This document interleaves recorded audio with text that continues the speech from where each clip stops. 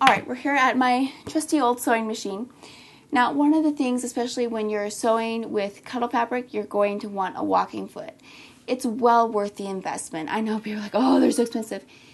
It's worth the investment. Trust me, once you have one of these things, you're going to wonder why it took you so long to buy one. It's very useful when sewing on slick fabrics or sticky fabrics.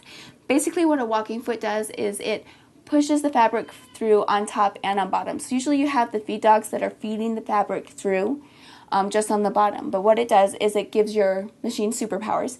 And instead of just the bottom going through, it's the top. And they both work together to feed the fabric through. Totally worth it, and a must-have, especially if you're making the double cuddle fabric square.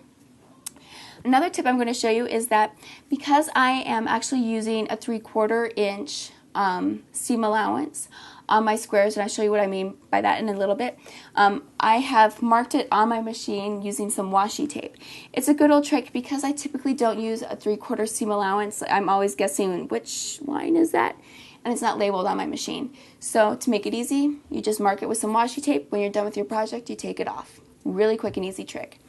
With the 10-inch squares, I like the 3/4 inch seam allowance when I'm sewing them together just because it's a bigger square. Now if you're using a smaller square, 1/2 inch seam allowance and it'll look great. Alright? Now I'm going to show you how to put these squares together.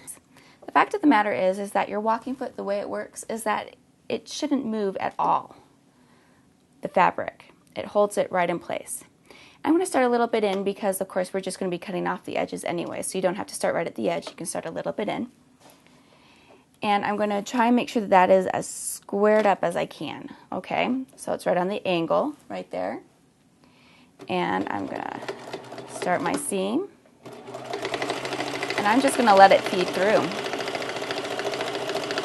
And I'm hardly touching it or directing it because it's already set on the right path. And as you can see, without me even helping it, it's lined up with that corner right there. And again, you don't have to go to the edge because we're just going to be cutting that up anyway. And there it gives you a perfectly straight line. And you don't have to draw on it, you can just get started. So if you're using a walking foot and you set it up properly from the get-go, you don't need to mark it.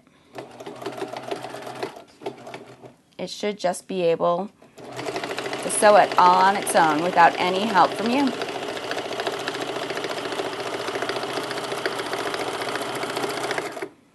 And the great part is that these sew together really fast.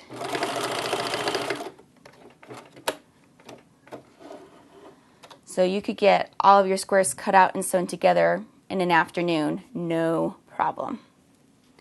And we're just going to keep doing this till we get all of our squares ready to go.